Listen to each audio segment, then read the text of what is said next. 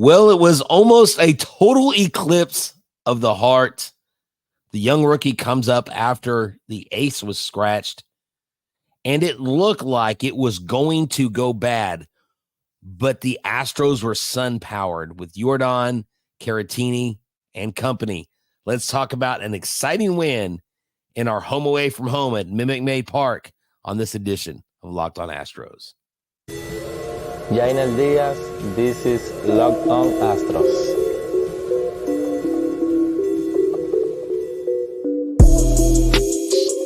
Hello and welcome to Locked On Astros, your daily Astros podcast. Here are your hosts, Eric the Man Huysman and Brett H-Town Wheelhouse Chancey.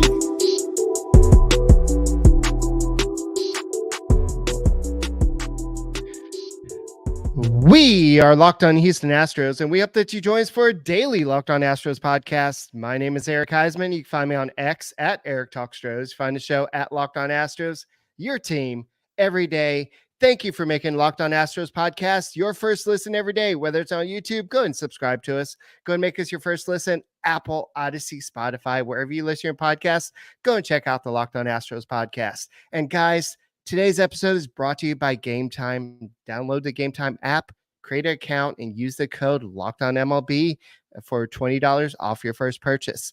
And Brett, you always use Game Time. It's awesome, right?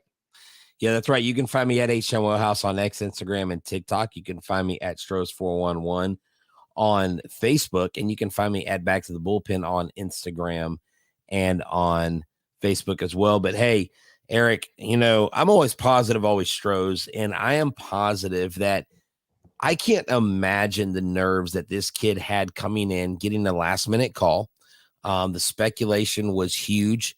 His family was close, so his mom, his brother, sister, you know, I believe it was his nephew, they were all there sitting in the front row on the third base side. So the Astros or someone did a good job getting them tickets to the game, and he goes out there. And, you know, first batter, second batter, you're like, okay, he's got some nerves. Third batter, 2 walks in a row. You're like, oh, no, this isn't going good. And it was, that GIF where you have the base runners running around the bases constantly. Right, that's what it felt like. So he got 1/3 of an inning. He gave up 4 hits, 5 earned runs. And 3 walks and no strikeouts. You know, he had been struggling with his command. There were a few pitches that could have gone his way. He probably could have had a strikeout at least in that inning, but he didn't surrender. Well, he didn't surrender a home run, so there's a positive. But this pushes the Astros to 4-7, Eric. And in 3 series, they have a tie, a win, and a loss. So with all the tumultuous events that have been happening, I'm sorry, I'm going to take that. I'm not saying the reign is over, but I think the Astros are making a correction. Water finds its level, and you're starting to see this team start to come together. I know you're talking about Blair Henley. He had not made a lot of professional starts. He missed all 2022. He really didn't pitch that much in 2023. So Right. This is a guy that was probably just in the wrong day where he was probably going to start in AAA. And to his credit, he came up and he did what he could do. His max pitch velocity was 93 miles per hour. He went all the way down to 78.4 miles on the curveball. He had a sweeper, he had a sinker, he had a changeup.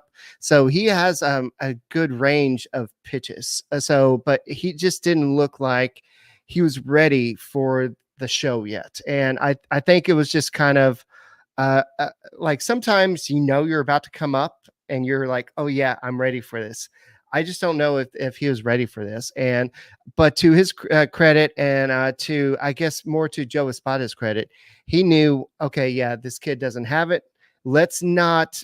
His ERA is already 135 on the season. Let's get him out before he does any more damage. And Seth freaking Martinez comes in and does the job. And we've been complaining about this bullpen all year, but this bullpen came in and did what? 8 2/3 of shutout ball. Was that what it was? Yeah, yes, that is exactly what they did. You had Seth Martinez. Someone in here said, "Why didn't Seth Martinez start?" Well, Seth Martinez didn't start because he's not a starter, and Seth Right. Martinez didn't go beyond 3.2 innings because you don't have him stretched out beyond that. This is the longest that he's gone in a game. 3.2 innings pitched, 3 hits, no runs, 2 Ks, and no walks. And your relief pitchers tonight, every one of them did their job. They went out and they absolutely shoved and they just kicked the Rangers in the teeth. I mean, I absolutely love this win. And I forgot until today, Eric, that the Rangers have a bullpen that I love facing. I'm sorry. I know they beat us last year. I know they've got one on us. You know, we haven't quote unquote beat them in the playoffs type of thing, but give me us against their bullpen in the playoffs, and I'll take us 101,000 times in a row.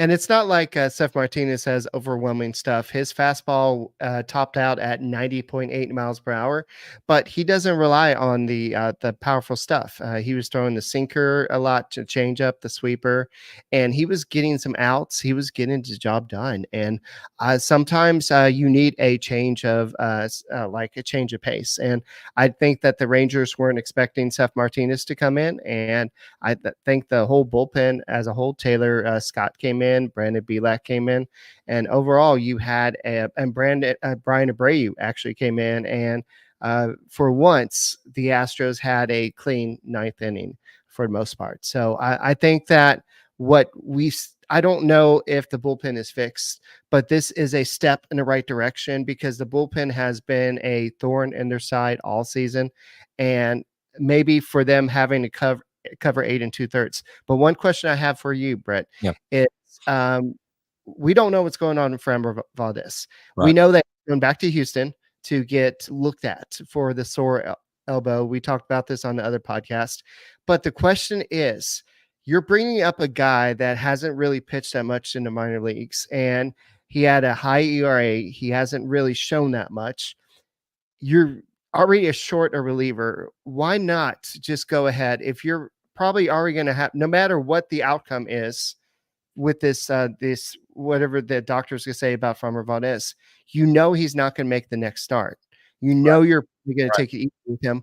Why not just put him on the IL? I know this is to alleviate fans' fears. Oh, he's okay.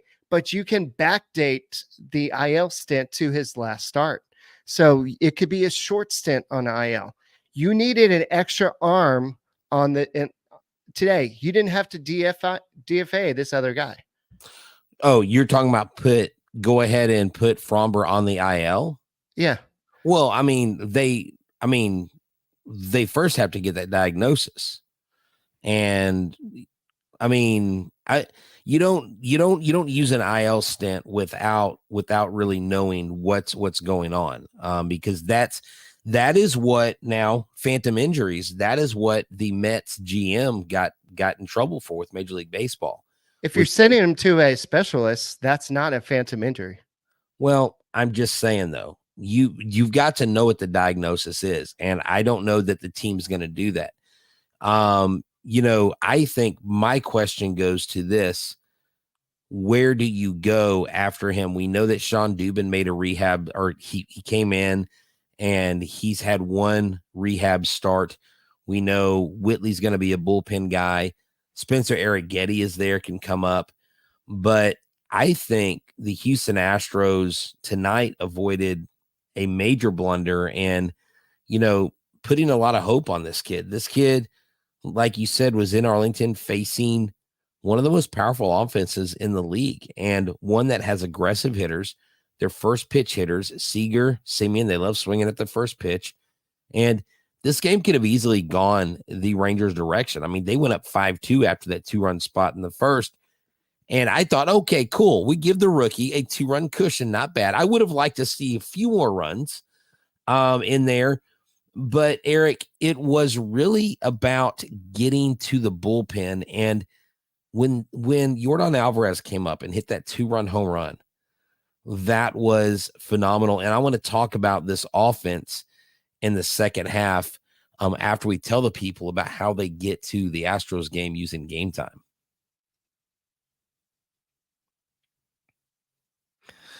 You know what time it is. It's game time. It's my favorite ticket app. I don't go anywhere else. I literally use this just about every game I go to. And you know what, guys? I don't even plan in advance. And they got a special offer just for you. Right now, use the promo code FIRSTPITCH for $20 off a minimum of $150 purchase. That means you go get those sweet Crawford box seats, those lower level seats, and you'll get $20 off. Hey, you can get you a Coke and maybe some popcorn and a hot dog or something with that money. But they have last minute deals, flash deals, zone deals, all in pricing. So there's no mystery when you go to checkout. It's not a bait and switch. It's not $20 extra in charges. No, just put all in pricing. You know what you're being charged. And better yet, if your buddy says, hey man, I found a ticket and you got to go look at this same row, same section, but cheaper price, you know what they'll do? They'll credit you 110% the difference into your account. But you've got to use this promo code FIRSTPITCH. And it's not just for baseball. It's for all events in the area.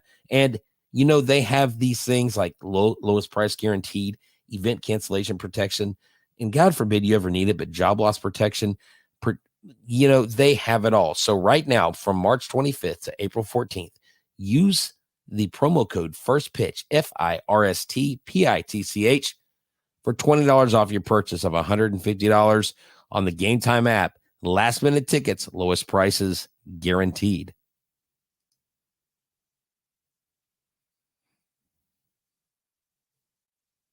Hey guys, Locked On Astros podcast, your first listen every day, whether it's on YouTube, go and subscribe to us. Go and make us your first listen, Apple, Odyssey, Spotify, wherever you listen to your podcast, go and check us out. But go and check out Locked On Sports Today.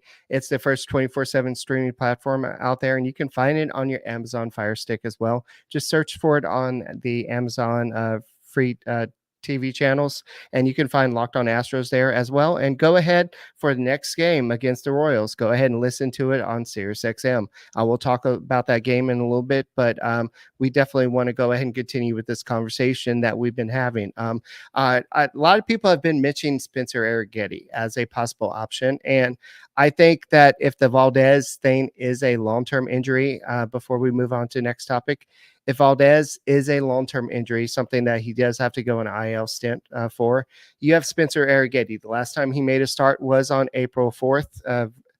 He pitched 4 innings. He allowed 2 earned runs, 5 hits, had 5 strikeouts.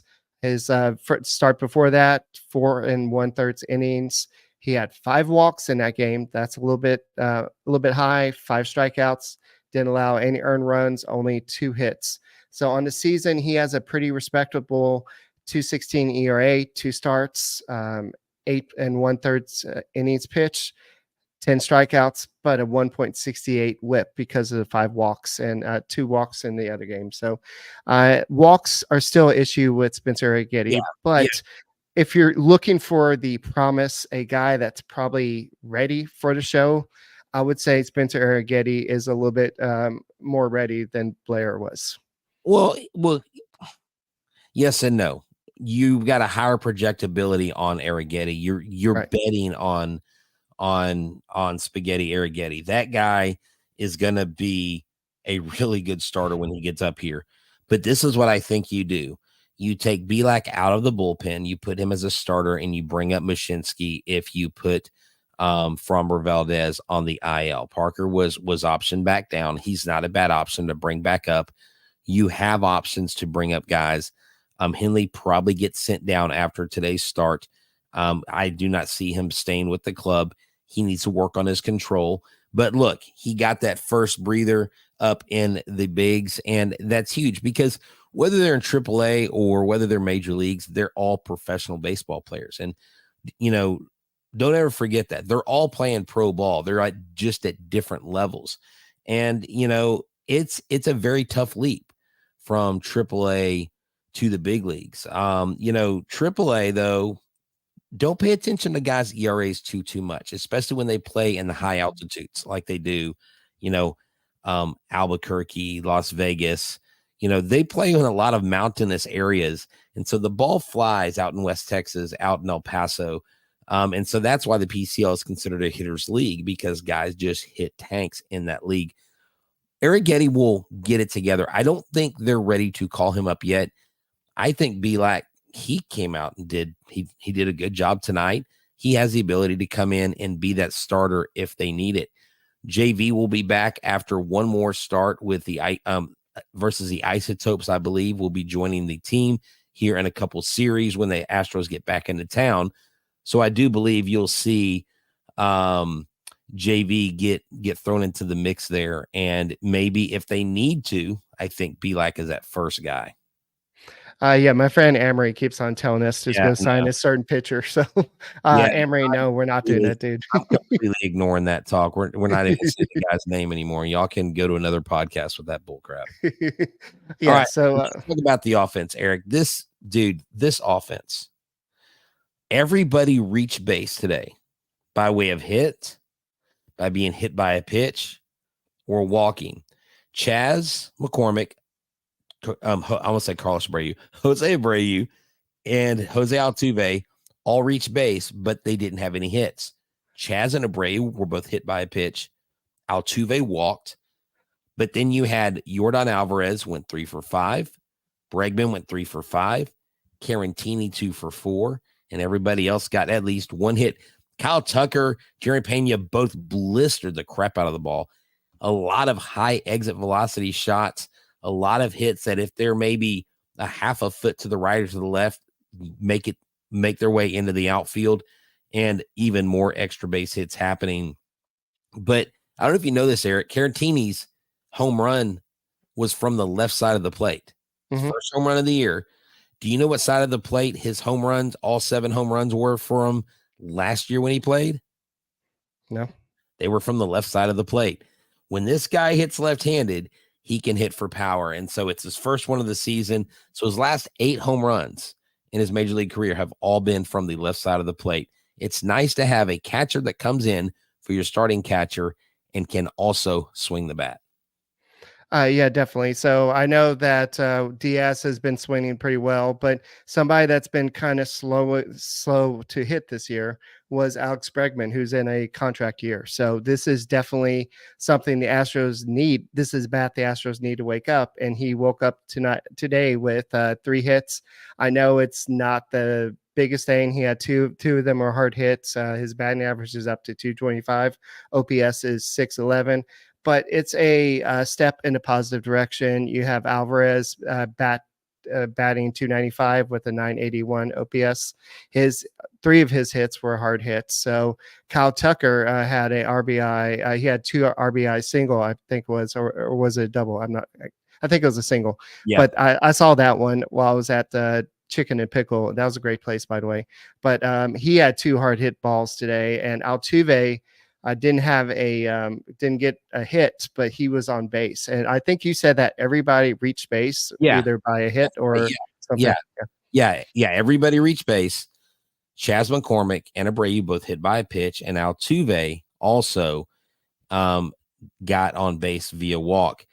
What I loved about this offense and what I love about what we saw today is this is the production that we were expecting was going to happen. Right.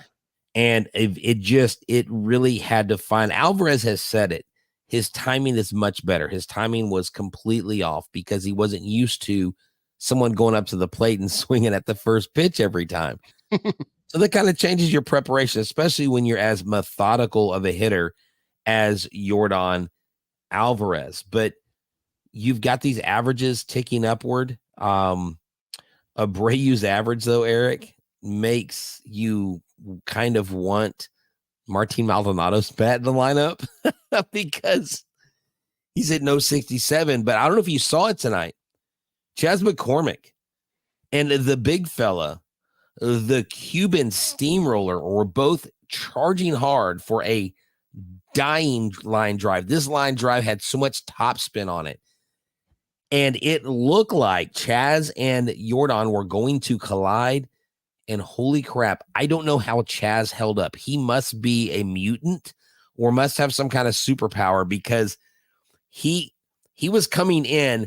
Yordan was going across, and Yordan and him just barely missed each other. I mean, Yordan would have absolutely destroyed Chas McCormick, probably hit him into Philadelphia.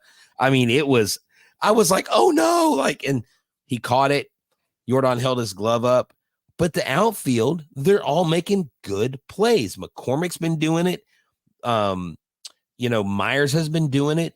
They're just like, center field 1 and center field 1A, and they're just going out there. And the defense, when they make defensive plays, because early on there was a play, there was a couple plays that I was like, oh my gosh, this defense cannot derail. This defense cannot fall apart. And they backed up the pitchers. They said, hey, rookie, we'll put you on our back. We got this win. I know that a lot of people probably had some bets going on with Prize Picks on Framber Valdez to make the start today. And unfortunately, with him being scratched, they're probably a little bit disappointed, but that's part of fantasy baseball in general. You never know what's going to happen. You never know when Spencer Strider is going to go on IL or whatever happens. So we'll go ahead and talk more about what happened tonight and what's next with the Royals.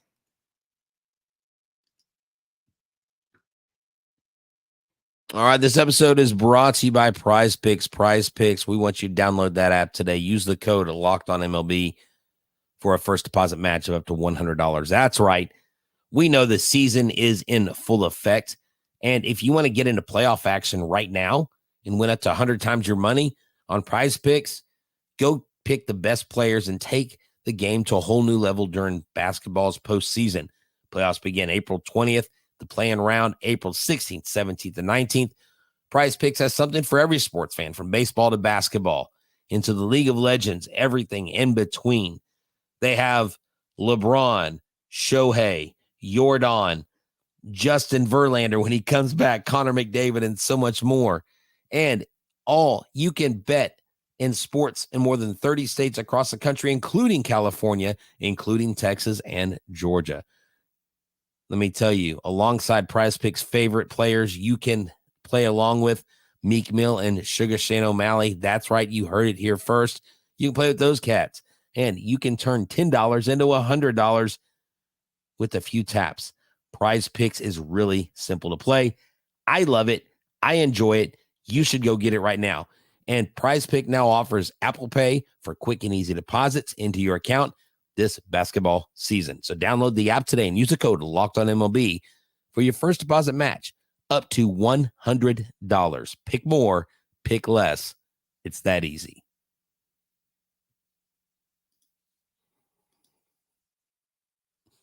What are you doing?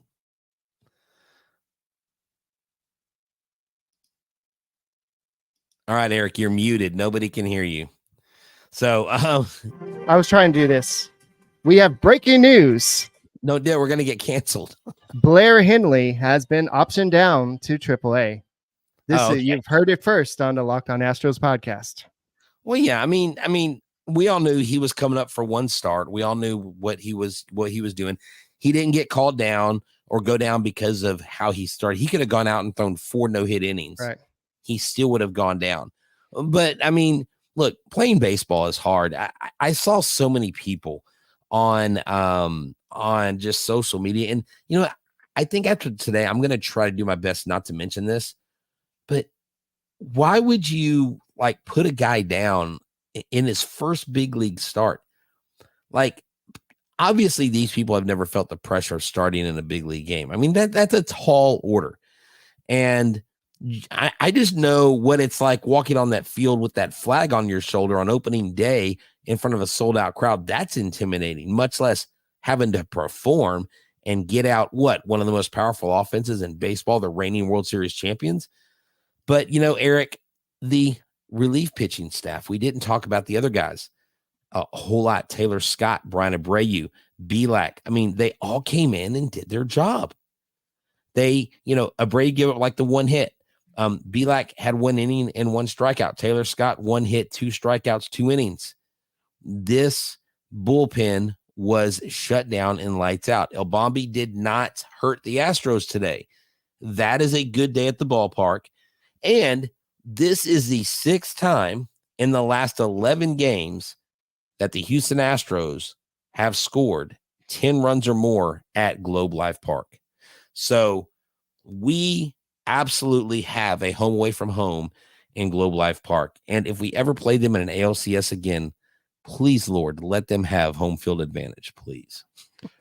Yeah, so I'm looking at the 40-man roster to see who could potentially come up because I don't think they have any more spots available on the 60-man IL. I don't know how long Sean Dubin is gonna be on IL. I guess No, he's Oliver not. Ortega. No, Dubin's not on the IL anymore. He just made a Okay. rehab start. Yeah. Okay, I guess Oliver Ortega could be put on the 60-day IL if they haven't already done that. I thought they did that to put.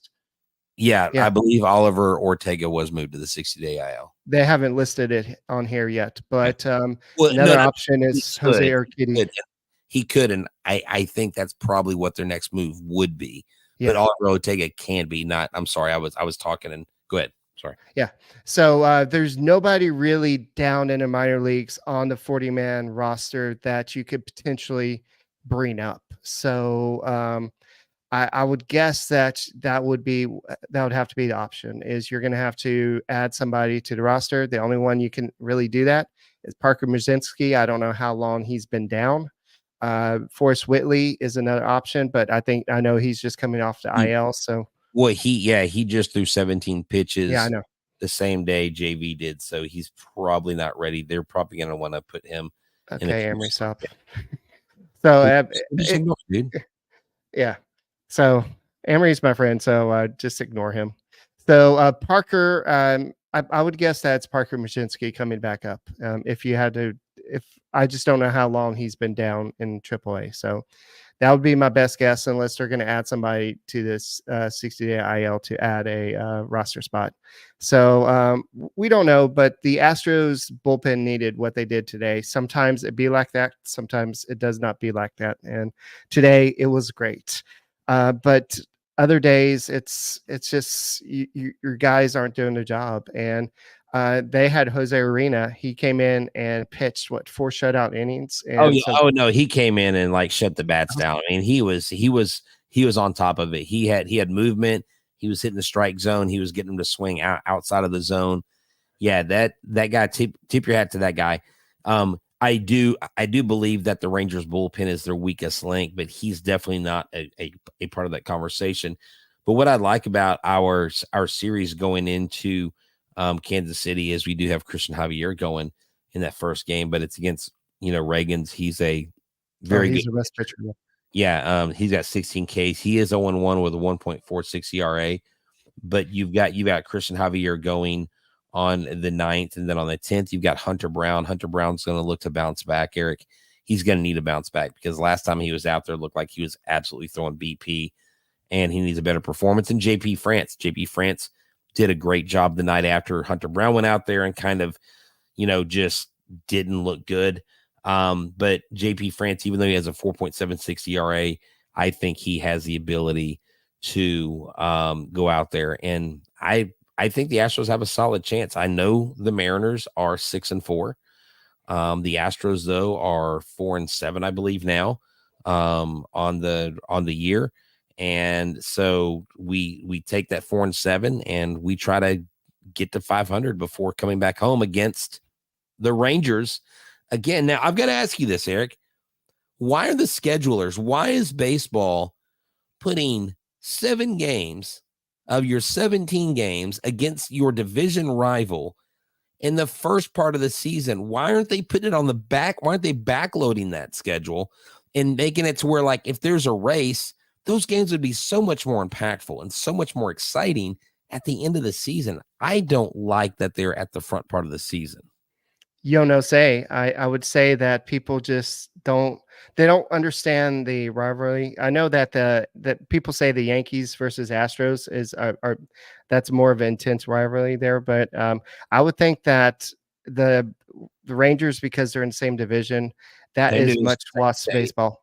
And the way they dominate, it's either one side or the other side. Either the Astros kick the crap out of them or the Rangers kick the crap out of us. It's like we've seen both. We've seen both in person. It's not fun when it's not us doing the winning or the kicking. Yeah, definitely. So the Silver Boot does mean something nowadays. I know we don't play them as many games as we used to, but the games do mean something. So yes, it is weird that you see them all at the beginning, but at the same time, it's this is kind of a rough schedule for the Astros. A lot of good teams to start the season. And the Royals, they have one of the best pitching staffs in baseball to starting pitching. So they do. And they got Bobby Witt Jr. So, I mean, look, the Royals are not the whipping boy anymore of the American League. The Royals are getting their comeuppance this year, and I think they're going to be a force in the Central. Yeah. So we are waiting to get the official word from what's going on with Framber Valdez. All we know right now is that it is elbow soreness, and he's going to see a doctor to get it further evaluated. The Astros are not placing him on IL at the moment. They're going to see what the doctor says and then go from there. So the Astros 4-7, they had a great game today. The bullpen 8 2/3 shutout innings. The offense came out and scored some runs. What more can you ask for after the starting pitcher gave up 5 runs in the first inning, I think it was. So the Astros just did the job. So that's all we got for this edition. Any closing thoughts, Brett? No, just a great team win. That's what you do. It's not how you start, it's how you finish. And if there's any team in the league, both American and National League, that is never worried when they're down, it's your Houston Astros. The run isn't over. We live to see another day. We're going to Kansas City. Let's get to 700. Bring the boys back home, and let's actually beat the Rangers at home. That's all I got, man. Go Stros. You can find us on Twitter at Eric Talk Stros. You can find Brett at H-Town Wheelhouse. You can find the show at Locked On Astros. We're your only daily Astros podcast out there. And we'll see you tomorrow. Go Stros.